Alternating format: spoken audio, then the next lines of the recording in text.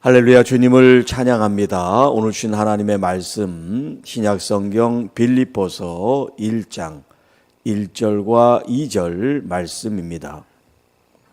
그리스도 예수의 종 바울과 디모데는 그리스도 예수 안에서 빌립보에 사는 모든 성도와 또한 감독들과 집사들에게 편지하노니 하나님 우리 아버지와 주 예수 그리스도로부터 은혜와 평강이 너에게 있을지어다.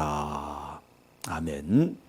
그리스도 예수의 종이라는 제목으로 함께 말씀을 나누겠습니다.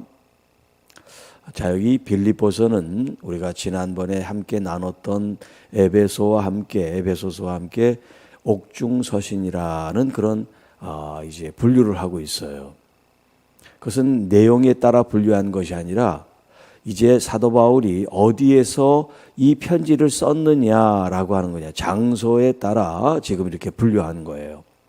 그래서 특별히 이제 이 옥중이라고 하는 것은 감옥에 갇혀서 죄인이 되어서 죄수가 되어서 편지를 쓴 것을 이제 옥중서신이라 그래요. 에베소서 또 이제 우리가 함께 나누는 빌립보서가 그렇습니다. 그리고 골로새서, 빌레몬서 이렇게 네 서신을 가리켜 옥중서신이라 그럽니다. 자, 로마의 가이사라는 황제에게 자신의 이 변호 예수 그리스도가 하나님의 아들이시라고 하는 것을 자기가 증거한 죄밖에 없는데 이렇게 죄인 취급을 받고 있다. 그 복음을 로마 황제에게 전하는 목적으로 그가 죄수 아닌 죄수가 돼서 지금 이 로마 감옥에 연금이라고 해야 되겠죠. 사람들도 만나고 이렇게 조금 자유로우니까 그런 이제 생활을 하면서 에베소에, 빌립보에 또 이렇게 골로새에 있는 성도들에게 이제 편지를 했습니다. 자, 여기 이제 1절과 2절 이 시작, 서신의 시작은 항상 그 편지 형식을 띠고 있죠. 그래서 누가 누구에게 이제 편지를 한다. 그래서 발신자, 받는 수신자, 그것이 이제 처음에 등장을 하죠.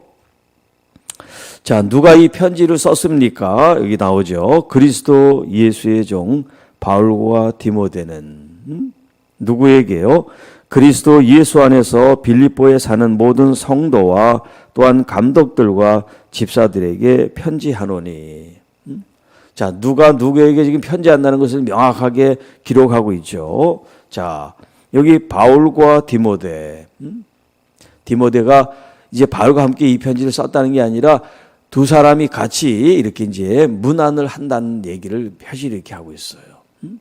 사도 바울이 다른 데는 이 디모데 이름이 같이 거명되지 않지만 여기 빌립보서에 이 디모데의 이름을 첨가해서 함께 사도 바울과 디모데가 함께 빌립보 교회에 문안하는 그리고 소식을 전하는 발신자로 표시가 되어 있습니다.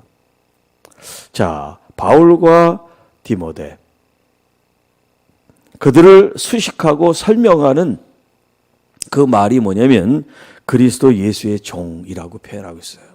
스스로 사도 바울 스스로 지금 성도들에게 자신에 대해서 지금 얘기를 할 때 나는 그리스도의 종입니다. 무슨 사도입니다. 무슨 선교사입니다. 그렇게 하지 않고 자신은 그리스도 예수의 종입니다. 자, 여기 이제 종이라는 그 의미가 지금은 우리가 뭐 상전과 종 그런 노예 제도가 없기 때문에 종에 대한 개념이 그때 당시에 종의 개념을 그대로 우리가 이해하기는 좀 어렵지만 그래도 우리가 뭐 매스컴이나 아니면 글이나 이런 여러분들이 선 이해가 있죠. 종하면 그렇죠. 여러분이 생각하는 것보다도 더 이제 속박되고 자신의 의지가 전혀 없는 사람들이 종이에요. 그냥 그 시대에는 인간으로의 어떤 인격과 존중이 없는 그냥 물건과 짐승 같은 그런 대상이라고 생각하면 돼요. 종이라는 그 개념이. 예. 이제 둘로스라고 하는 그런 표현을 쓰는데 주인에게 전적으로 속해 있는 이 종에게는 아무것도 권리와 권한이 없어요. 예. 그냥 의무만 있을 뿐이에요. 의무만. 여러분 사람이 의무가 있으면 권리도 마땅히 누려야 될 거 아닙니까? 그런데 이 종 둘로스는 노예라고 하는 것은 권한이 없어요. 자유가 없어요. 오직 주인에게 속해서 그 주인의 명령만 수행할 뿐이에요. 그런 존재가 종이라는 의미예요. 그런데 사도 바울이 지금 나는 그리스도 예수의 종입니다. 지금 감옥에서 갇혀 있는 그런 상태임에도 불구하고 사도 바울은 자기가 지금 감옥에 있는지 지금 밖에 자유롭게 있는지 그거는 별로 자신에게 아무런 문제가 되지를 않는다는 거예요. 왜냐하면 자기는 자기를 부르신 주인이 누구냐면 예수 그리스도인데 그분이 이 이방인들 향하여 나를 증거하라는 이 명령을 그들에게 줬기 때문에 자신은 그 명령을 수행할 뿐이지 내가 감옥에 갇혀나 자유롭게 있으나 상관이 없다고 생각하는 그 개념이 뭐냐요? 종이다 하는 거예요. 그러니까 자신의 안위를 위해서 자신의 안위를 위해서 자신의 영달을 위해서 자신의 어떤 욕망 비전 꿈 이런 게 없어요. 그런 게 없어요. 그런 게 없는 사람이 바로 종이에요. 그래서 누구의 종이냐? 이 세상 사람의 종이 아니라 하나님의 아들 예수 그리스도의 종이다. 그러니까 내가 누구의 종이냐가 참 중요하죠. 내가 목숨을 바쳐서 그 명령에 충성하고 순종할 대상이 누구냐? 이 세상에서는 돈을 주고 나를 샀기 때문에 주인이야. 그러니까 할 수 없이 그냥 종의 신분으로서 심부름하고 명령에 따를 수가 있지만 여기 지금 그리스도 예수의 종은 돈으로 팔려와서 억지로 하는 종이 아니란 말이에요. 내 생명을 사신 분이기 때문에 십자가를 통하여 나를 영생을 주신 분이기 때문에 너무나 감사해서 감격해서 기뻐서 좋아서 스스로 자처한 거죠. 종으로. 예수님이 생명을 구원해 주면 너는 내 평생 종이 되라 그러지 않으셨어요. 오히려 너는 종이 아니라 내 친구라고 말씀하시잖아요.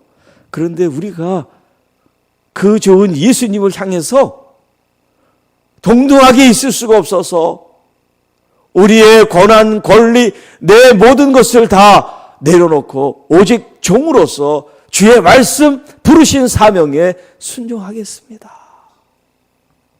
얼마나 멋진 단어예요. 이 세상에서는 가장 치욕스럽고 굴욕스럽고 수치스러운 단어가 노예, 종이에요.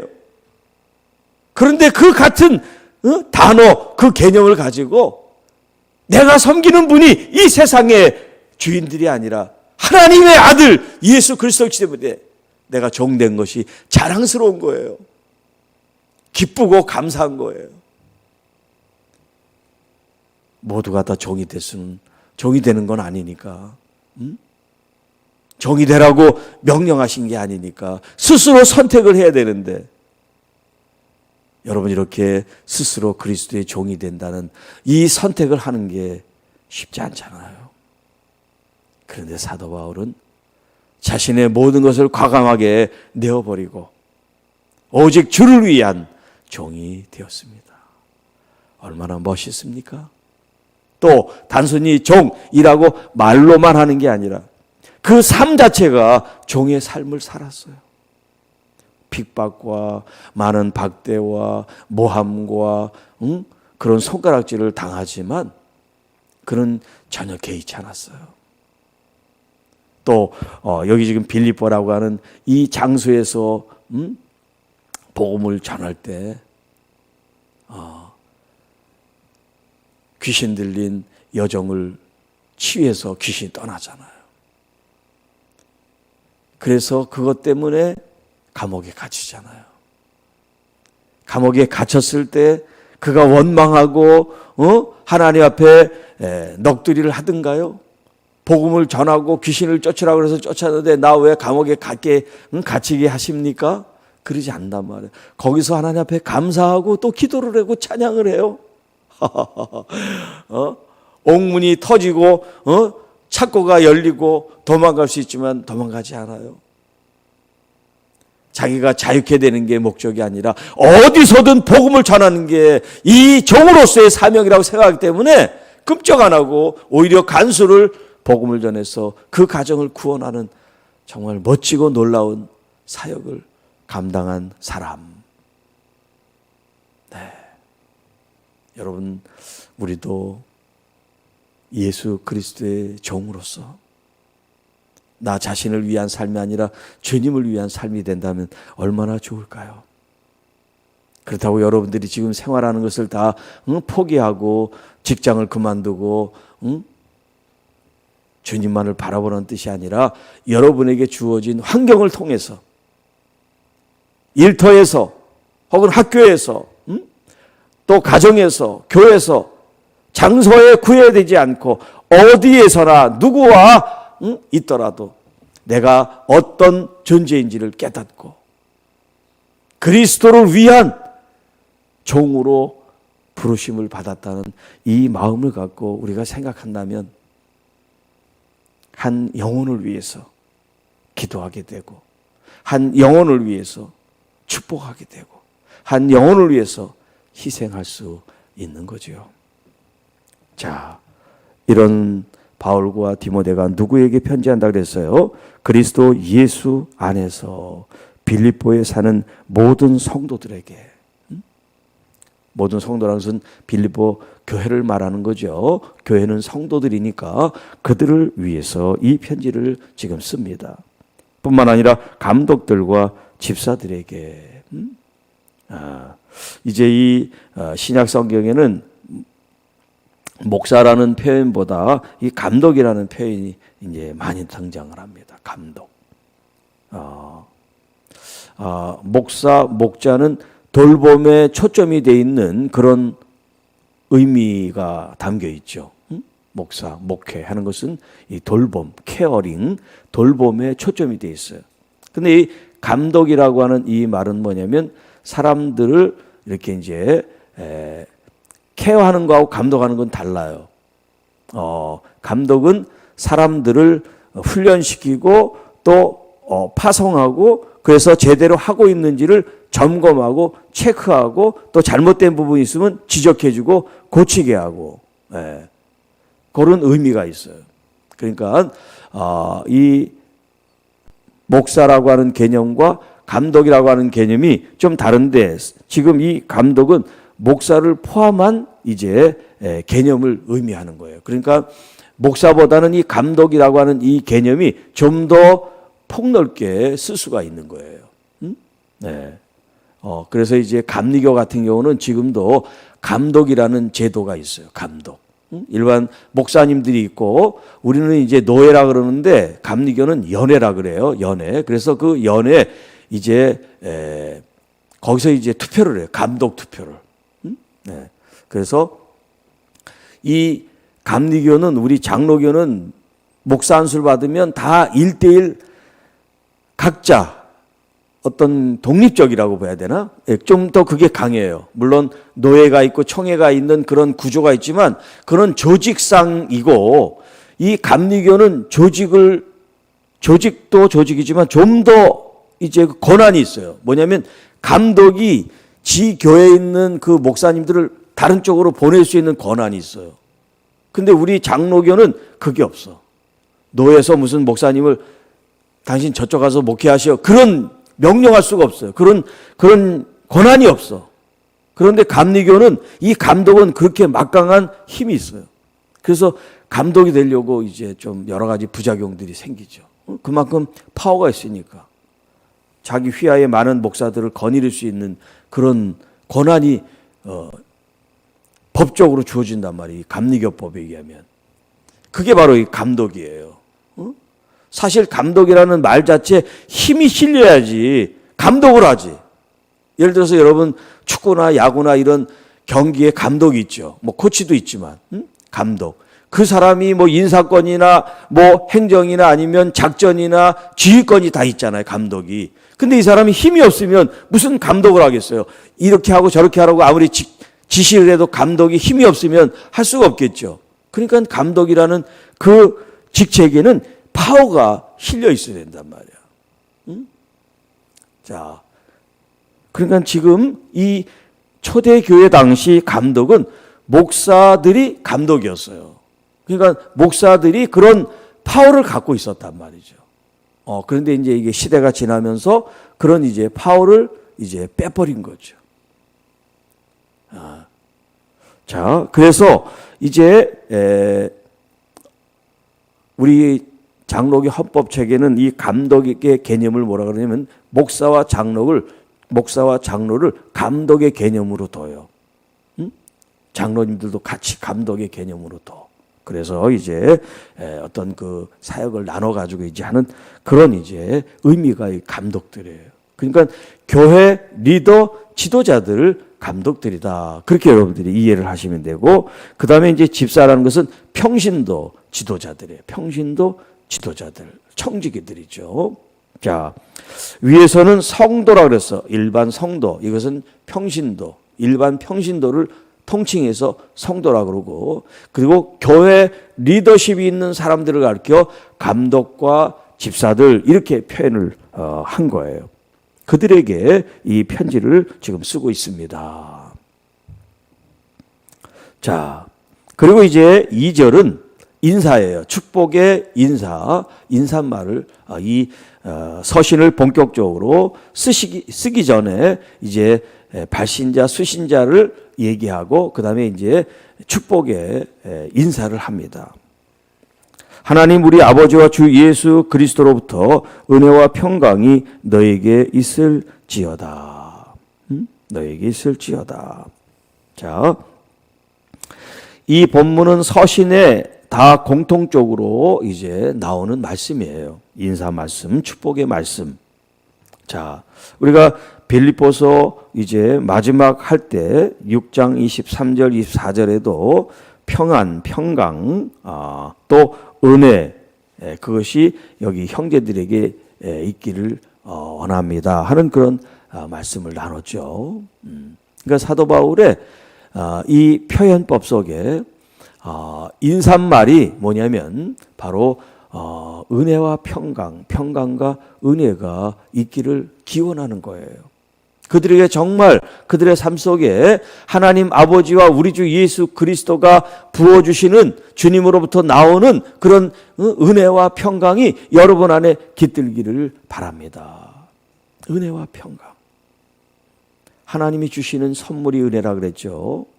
우리는 이미 예수 그리스도를 통한 엄청난 값으로 계산할 수 없고 따질 수 없는 그 은혜를 이미 받았고, 또 우리의 일상 매일매일 삶 속에서 우리가 하나님이 또 우리에게 공급해 주시는 은혜가 있어요. 우리가 은혜를 받고 있는데 잊어버리는 게 뭐냐면 우리에게 주어진 시간이에요. 하루에 24시간이라고 하는 이 시간이 하나님께서 우리에게 주신 은혜예요. 은혜. 이것이 뭐 믿는 사람 믿지 않는 사람 똑같이 주어지니까 은혜가 아닌 것처럼 생각하는데, 여러분 내게 주어진 이 시간을 은혜로 생각해야 이 시간을 소중하게 여길 수가 있어요. 시간을 소중하게. 시간 자체가 왜 소중하냐? 담겨있는 내용물이 소중해야 되기 때문에 시간이 소중한 거예요. 그냥 소중하다고 자기만을 위해서 사는 시간도 있을 수 있잖아요. 그리고 또 하나, 하나님의 은혜가 있는데 우리가 잊고 사는 것 중에 뭐냐면 우리가 이 공기예요. 공기, 산소. 우리가 호흡하면서 살 수 있는 이 주님께서 주신 이 공기를 우리는 기억하지 않지. 보지도 않고 보이지도 않고 또 그냥 늘 습관적으로 호흡을 하니까. 하나님께서 이 자연을 통해서도 우리를 살 수 있는 좋은 것들을 그렇게 공급해 주신단 말이에요. 그걸 우리가 그런 선물을 받고 있어 매일매일 그걸 선물이라고 느끼는 사람과 그냥 일반적으로 모두가 다 그냥 하는데 무슨 그게 선물이냐 그렇게 생각하는 사람과 살아가는 삶의 내용이 달라요. 매일 보는 남편, 매일 보는 아내, 자식, 교회, 성도, 또 일터의 직장인들 그분들을 선물이라고 생각하세요. 하나님이 나에게 오늘 주신 선물입니다. 그러면 다르게 대하게 된단 말이에요. 네.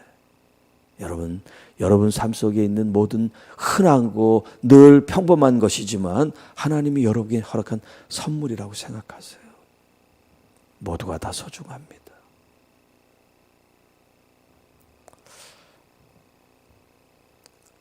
제가 어떤 목사님을 만났는데 그 목사님이 그래요. 자기 아는 누가 갑자기 심정지로 죽었습니다. 또 어떤 교우 또 누구는 또 자다가 일어나지 않아서 깨웠더니 숨이 멎어 있습니다. 그런 얘기를 하는 거예요. 무슨 사고가 나가서 무슨 크게 다쳐가지고 죽는 게 아니라 자다가 내 옆에 자다가 안 일어날 수도 있단 말이에요. 언제 우리가 이별할지 몰라요. 항상 매 순간 나에게 주신 이 환경과 이 사람들을 하나님의 선물로 감사히 여기면서 주님 은혜입니다. 가족들이 있는 것이 은혜입니다. 교우들이 있는 것이 은혜입니다. 그런 선물로 여기고 감사하는 사람. 아, 지겨운데 저 사람은 언제 나가나? 저 사람은 언제 갈아치우나? 그런 마음으로 생각하면 얼마나 불행해요. 은혜, 평강. 여러분 아픔이 있고 상처가 있고 고민이 있고 갈등이 있고 번민이 있고 환란이 있으면 이 평안이 유지가 되기 힘들겠죠. 그러니까 주님께서 나의 상황을 나의 삶을 주님께서 주도하시고 다스리시고 인도하셔서 평안의 상태 샬롬 에이레네가 된다는 게 얼마나 큰 은혜인지 몰라요. 주님의 사랑이고요. 그런 은혜와 평강이 여러분 매일매일 여러분의 삶에 일어나고 또 여러분들이 자녀를 위해서 교우를 위해서 기도할 때 주님 이런 은혜와 평강이 그들에게 늘 함께 기도하는 우리 모두가 되기를 주님의 이름으로 축복합니다. 하나님 아버지 감사합니다. 이 새벽에도 빌립보서를 통해서 주님의 참된 종으로서 우리의 삶을 살아가게 하시며 날마다 매 순간마다 우리를 위하여 공급해 주시는 이 선물들이 많은데 우리가 다 잊고 정신없이 살아갈 때가 많습니다.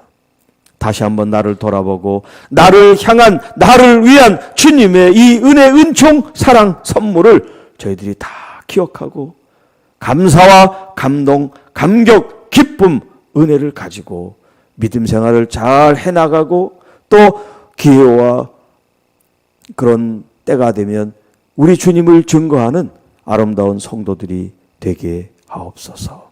오늘도 주님 만나는 사람들에게 또 어떤 환경일지라도 주님을 위한 삶으로 저희들을 인도해 주시고 우리의 가정, 자녀들, 우리의 삶을 대신 책임져 주시고 이끌어 주시는 주님을 기쁘게 여기는 우리 모두가 되게 하옵소서. 병들고 지치고 피곤하고 아픈 영혼들이 주님의 참된 위로와 사랑과 회복을 통해서 힘을 얻는 귀한 시간 되게 하옵소서. 우리 주 예수님의 이름으로 감사하며 기도하옵나이다. 아멘.